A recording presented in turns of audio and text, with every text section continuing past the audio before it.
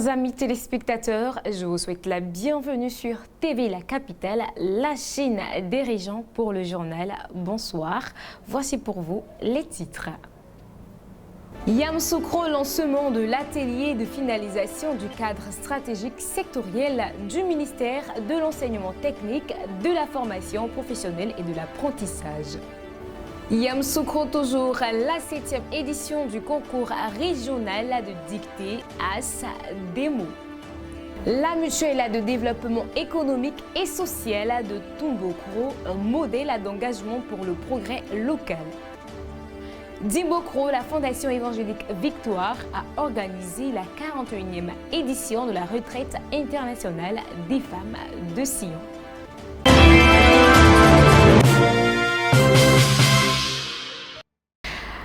À Yamoussoukro, le ministère de l'enseignement technique, de la formation professionnelle et de l'apprentissage a lancé un atelier clé pour finaliser son cadre stratégique sectoriel dans le cadre du PND 2026-2030.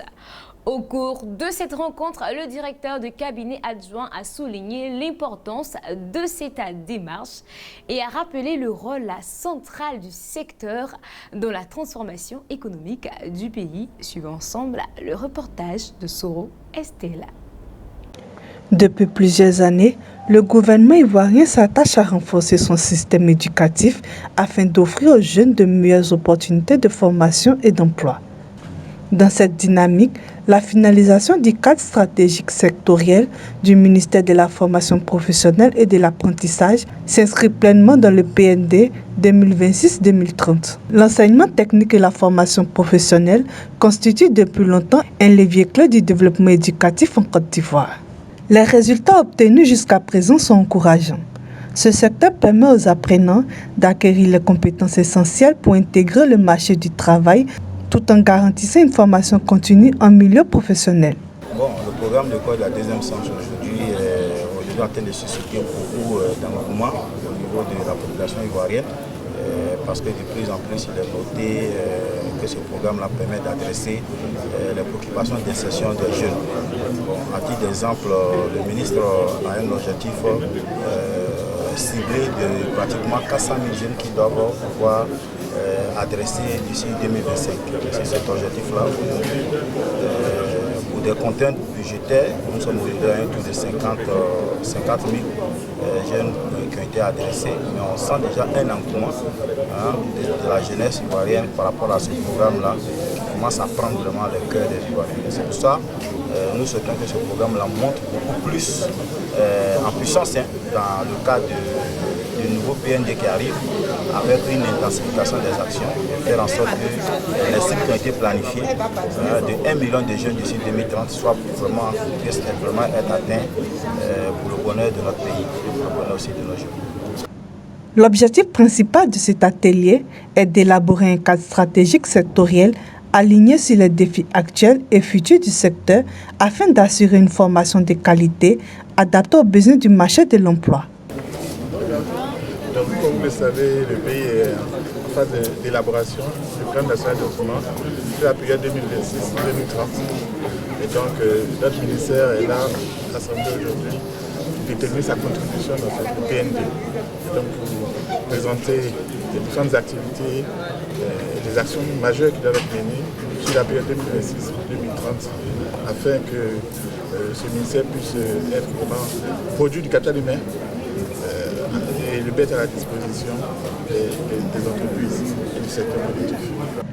Au cours de cet atelier, une présentation approfondie du cadre stratégique du ministère de l'enseignement technique et de la formation professionnelle et de l'apprentissage a été réalisée, marquant ainsi une étape décisive vers l'optimisation du système éducatif technique et de la formation professionnelle en Côte d'Ivoire.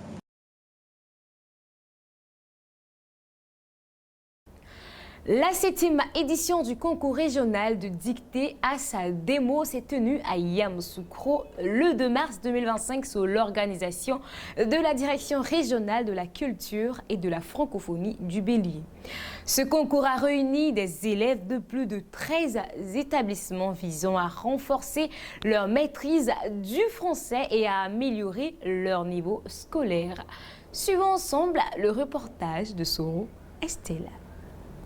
C'est sous le regard attentif des parents, enseignants et élèves que s'est déroulée la 7e édition du prestigieux concours régional d'épellation dénommé ASDEMO, réunissant les élèves de Yamoussoukro et d'Atchekbako. Organisé par la Direction régionale de la culture et de la francophonie du Bélier, cet événement vise à promouvoir la maîtrise du français et à renforcer le niveau scolaire des participants. Lors de la phase finale, les meilleurs élèves des collèges et lycées des deux villes se sont affrontés.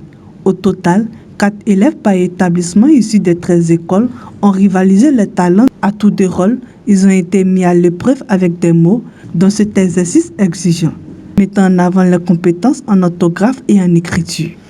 L'objectif principal de cette initiative est de sensibiliser les jeunes à l'importance de la langue française tout en offrant une opportunité d'améliorer leurs compétences linguistiques. Au-delà du simple concours, ASDEMO s'inscrit dans une vision du gouvernement ivoirien visant à rehausser le niveau de l'éducation nationale. Cette initiative contribue activement à la lutte contre les lacunes en orthographe, en grammaire, en compétences essentielles pour la réussite scolaire et professionnelle des jeunes. Aujourd'hui, nous sommes à la phase finale de la 7e édition du concours d'épellation qui a été initié par la Direction régionale de la culture et de la francophonie. Le concours est dénommé ASDEMO.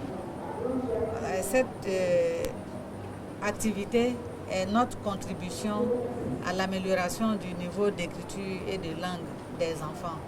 C'est une contribution pour les amener à se lier d'amitié avec le livre. Parce que qui parle d'épellation parle de connaissance des mots et les mots se trouvent dans les livres. Les grands lauréats de cette édition ont exprimé leur satisfaction et leur fierté d'avoir participé à ce concours. Je me sens joyeuse, même si je ne m'attendais pas vraiment à gagner parce que l'année dernière, je n'ai pas pu gagner. En fait. Je conseille de lire beaucoup parce que c'est très important en fait. Ça a fait un grand rôle en fait dans le fait que j'ai gagné.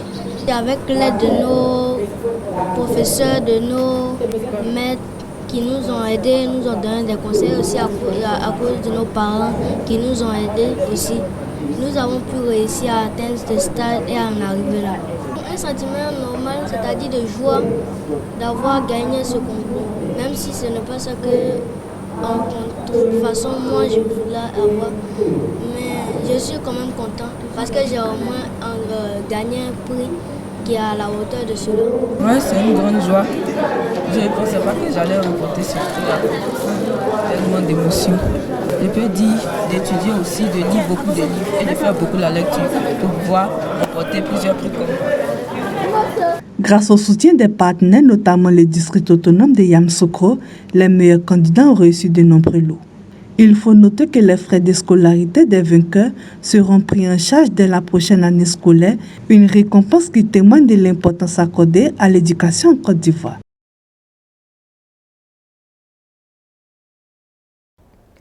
Le 29 mars 2025, la population de Tomboucro, située à 30 km de Yamoussoukro, a installé le premier président de la mutuelle de développement économique et social de Tomboucro. Kwame Kwasi, cette mutuelle vise à valoriser le développement économique et social du village en renforçant la solidarité et l'autonomie des habitants. Reportage de JC Kofi, commenté par Inès Nda. Située à 30 km de Yamoussoukro, la population de Tomboucro a installé le samedi 29 mars 2025 son premier président de la mutuelle de développement économique et social. Une mutuelle qui est mise en place pour le développement de la région et qui sera un véritable catalyseur d'initiatives économiques et sociales visant à améliorer les conditions de vie des habitants. La mutuelle saura consolider des liens solides au sein de la communauté en plaçant la solidarité et l'autonomisation des populations au cœur de son action. C'est un engagement solide pour la communauté. Créée pour promouvoir un développement durable, mettant en place des projets qui touchent des secteurs essentiels à la vie de la communauté. À travers ces actions, le président de la mutuelle s'efforcera de renforcer les capacités locales. Des initiatives concrètes pour ce premier mandat, veiller au bon développement du dit village et aussi de favoriser le bien-être des villageois. Outre la mutuelle de développement économique et social de Tomboucro, Consciente que le développement social et économique sont indissociables, la mutuelle compte investir dans des projets d'infrastructures communautaires qui sont la construction d'un centre de santé moderne et œuvrer pour la construction des collèges de proximité pour répondre en premier lieu aux besoins de la population. Je suis heureux que la population de mon village m'ait fait confiance pour me confier la direction de la mutuelle qui a une mission noble, réfléchir avec le village et pour le village au développement de la localité. Nos priorités, c'est de pouvoir d'abord asseoir la mutuelle, avoir tous les textes, avoir tous les papiers, faire un document de livre blanc et de plan d'action qu'on pourra exécuter par la suite. En parlant de planification, c'est pour réfléchir aux causes profondes, pour pouvoir envisager des solutions viables.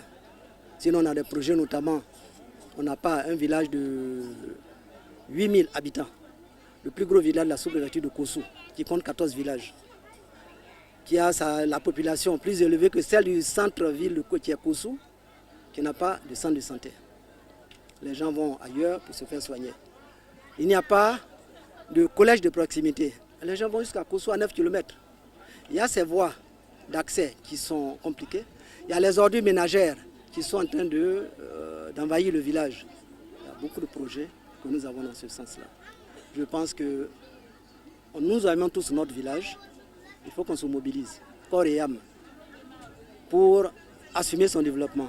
Parce que sinon on a l'argent et que le village est un village désordonné, un village qui n'a aucune structure de bien-être, ce n'est pas la peine. On ne va pas être égoïste, nous seuls avoir le bien-être et puis les autres on les délaisse. Donc il faut qu'on se mobilise pour cela, il faut qu'on s'entende de façon collégiale, on aille au développement. On peut discuter, avoir des soucis, mais ce n'est pas ça qui doit freiner nos réactions par rapport au développement.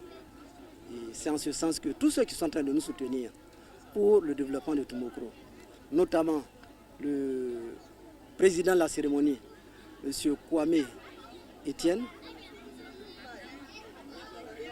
mon frère qui vient d'arriver, le député, c'est mon frère. Je n'avais pas de frère. Par le hasard des choses, j'ai eu un frère avec qui je marche comme mon frère de sang, qui est mon frère de sang aujourd'hui. Et donc voilà des gens qui nous soutiennent en idées, en ressources, qui peuvent nous canaliser, voir d'autres horizons pour le développement du village. Et nous avons également l'intention de faire de mettre toutes les mutuelles de la zone des 14 villages ensemble, parce qu'il y a des problèmes qui peuvent dépasser le cadre d'un seul village, qui peut concerner plusieurs villages de la zone. Il faut qu'on mette les énergies ensemble. Donc les mutuelles doivent fédérer pour pouvoir agir de cette façon-là. Dans bien sûr le respect de nos chefs, parce que c'est avec eux, c'est pour eux qu'on travaille en cohésion. Il faut noter que le leadership de la mutuelle repose sur des principes de transparence, de responsabilité et de respect des valeurs communautaires. Lors des récentes élections du bureau exécutif, le choix des nouveaux dirigeants a été fait en toute harmonie, soulignant la confiance des membres envers leurs représentants et leur vision pour l'avenir. La Fondation évangélique Victoire a organisé la 41e édition de la retraite internationale des femmes de Sion à Dimbokro le 30 mars 2025. Cet événement qui s'est tenu au stade municipal a rassemblé des centaines de femmes pour 3 jours de prière, de méditation et de solidarité.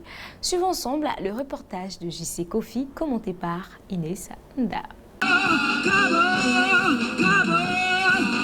Le dimanche 30 mars 2025, la Fondation évangélique Victoire, en abrégé FEV, a organisé la 41e édition de la retraite internationale des femmes de Sion à Dimbokro, réunissant des centaines de femmes venues de diverses localités pour un moment de ressourcement spirituel et de partage communautaire qui s'est tenu au stade municipal de Dimbokro dans la région du Nzi.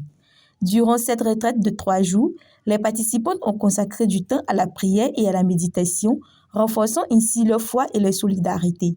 La prophétesse Akpa Landrise, présidente de la FEV, a exprimé toute sa gratitude envers celles qui ont contribué à la réussite de cet événement, tout en soulignant l'importance d'un tel rassemblement pour l'édification spirituelle des femmes. Lors de ce rassemblement, des initiatives humanitaires ont accompagné cet événement, notamment des actions qui ont été menées en faveur de la retraite de l'action missionnaire au village de Gouébo 2. Les participantes ont offert des kits alimentaires aux habitants, illustrant l'engagement de la Fondation envers le bien-être des communautés locales. Au-delà des activités spirituelles, la retraite a mis l'accent sur la sensibilisation au dépistage du sida. La particularité de cette retraite de mars 2025 était de travailler à la sensibilisation sur le dépistage du sida. Parce que nous savons ce que le sida a fait et aujourd'hui nous croyons qu'avec ce que nous avons fait pendant ces 3 jours jusqu'à l'année prochaine, je crois qu'on ne parlera plus du sida. Le Seigneur va faire des miracles et je crois qu'on ne parlera plus du sida. Et aussi nous travaillons aussi à soutenir le Fonds national de lutte contre le sida pour pouvoir utiliser cet argent-là à la sensibilisation. Alors je bénis Dieu parce que je sais que le Fonds national ne manquera de rien jusqu'à ce que le sida soit éradiqué en Côte d'Ivoire. Mais à la fin de cette retraite, ce que nous devons retenir, c'est que nous sommes des femmes et nous devons nous lever pour l'évangélisation. Parce que Dieu nous a dit en Matthieu 28, verset 19, d'aller et de faire de toutes les nations ses disciples. Et quand Dieu te donne un message comme ça, ça veut dire que tu dois évangéliser partout où tu es, tu dois parler de Dieu. Que la gloire soit rendue à l'Éternel. Cet événement a permis aux femmes de s'offrir un espace d'engagement spirituel, de renforcement des liens communautaires et d'autonomisation consolidant le rôle de la FEV comme un acteur clé dans le développement social et spirituel de la région.